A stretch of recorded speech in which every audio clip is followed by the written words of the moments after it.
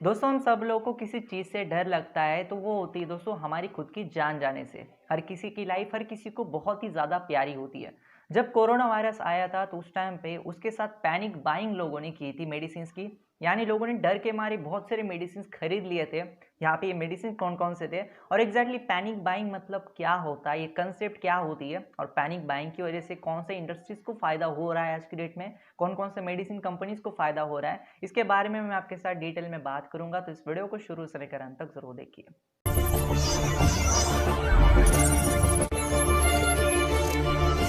दोस्तों यहाँ पे सबसे पहले मैं बात करता हूँ कि पैनिक बाइंग मतलब क्या होता है। अब यहाँ पे इसके वर्ड में ही सारा इसका मीनिंग आता है। पैनिक इन द सेंस जब इंसान बहुत ही ज़्यादा डर जाता है या फिर बहुत ही ज़्यादा घबरा जाता है। अब देखा कोरोना वायरस जब आया था तो उस टाइम पे लोगों को पता ही नहीं था कि ये लॉकडाउन का क्या होगा, लॉकडाउन की वजह से मेडिसिन मिलेंगे या नहीं मिलेंगे, मेडिकल शॉप्स का क्या होगा, उसी के साथ उनके जो स्टॉक्स थे उनका क्या होगा। और कुछ बातें अगर मैं बात बताने का ट्राई करूँ तो लॉजिस्टिक जो सप्लाई चेन्स थी, यानी जो मेडिसिन आते थे वेयर हाउस से निकल कर अपने मेडिकल स्टोर में, तो वो सप्लाई चेन भी ब्रेक होने जा रही थी। तो ऐसे केस में जो मेडिसिन कोरोनिक डिसीज के लिए यूज़ किए जाते हैं, जो मेडिसिन लोगों को हर दिन चाहिए होते हैं, जैसे कि फॉर एग्जांपल डायबिटीज़ की कोई मेडिसिन है, डायबिटीज़ की इंसुलिन है, तो ऐसे केस में उन लोगों को वो हर दिन चाहिए होती है। तो ऐसे केस में कुछ मेडिसिन लोगों ने अपने पास पैनिक बाइंग की वजह से लेकर रखे थे। लोगों के बीच में एक डर था कि ये लॉकडाउन अगर बहुत ही ज़्यादा एक्सटेंड हो जाता है तो शायद मेडिसिन मिले मिले भी ना।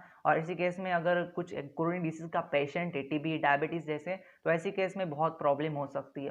और इसका रीज़न ये हुआ कि रिस्पिरेटरी डिसीजेस या फिर डायबिटिक डिसीजेस, डायबिटिक पेशेंट्स और बहुत सारे कार्डियोलॉजी मेडिसिन, ऐसे बहुत सारे चीज़ों के मेडिसिन जो थे उनके सेल्स बहुत ज़्यादा ग्रो कर गए।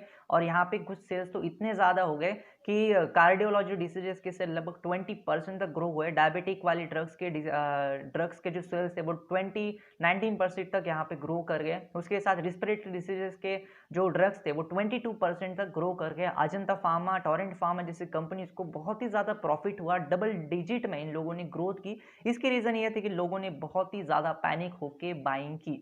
यहाँ पे अगली बात ये आती कि पैनिक बाइंग की वजह से क्या इंडस्ट्री को फ़ायदा होता है। अब देखो, मैं आपको सिंपल से एग्जांपल देना चाहता हूँ। अगर लोगों के बीच में किसी बात का डर आ जाता है तो उसकी वजह से लोगों की जो एक्शंस होते हैं वो विद रिस्पेक्ट टू मनी नहीं होते हैं, यानी वो लोग पैसों की कदर नहीं करते हैं। जैसे कि फॉर एग्जांपल अगर कोई इंसुलिन की दवाई है और इंसुलिन की दवाई में भी माइट भी अगर कोई मेडिकल स्टोर वाला 100 रुपये से ज़्यादा भाव पे बेच रहा है और ऐसे लोगों के बीच में डर है, तो ऐसे केस में लोग केयर नहीं करेंगे कि वो 100 रुपये से ज़्यादा बेच रहा है। यही रीज़न होता है कि पैनिक बाइंग के दौरान जो होता है, कई बार बहुत जगहों पे ऐसा देखा गया है कि मेडिसिन के प्राइजेस माइट भी बहुत हायर हो जाते हैं।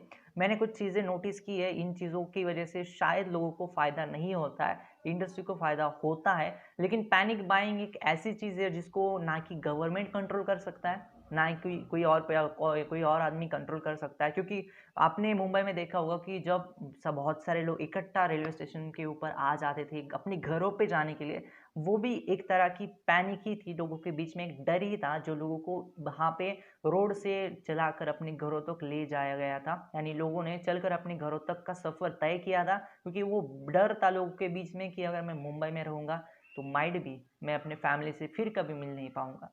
तो ये जो पैनिक होता है ये गवर्नमेंट नहीं कंट्रोल कर सकती। ये पैनिक लोगों के बीच के होता है, लोगों के बीच में क्रिएट किया जाता है। लेकिन हाँ, पैनिक बाइंग की वजह से फार्मा इंडस्ट्री को अल्टीमेटली थोड़ा फ़ायदा हुआ है, लेकिन मुझे ये फ़ायदा नहीं लगता क्योंकि देखो यार, इंसान से बड़ा कोई नहीं होता।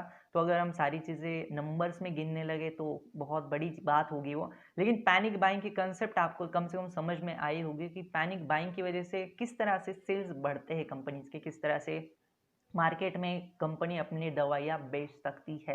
ओके, ये था आज का वीडियो। अगर आपका वीडियो थोड़ा सा भी पसंद आ गया, और एक बात कि अगर आप अभी तक हमारे चैनल के मेंबर नहीं हुए हैं तो जो नीचे ज्वाइन वाला बटन है उसको क्लिक करके आप हमारे चैनल के मेंबर भी बन सकते हैं। ये था आज का वीडियो। धन्यवाद दोस्तों ये वीडियो देखने के लिए। धन्यवाद।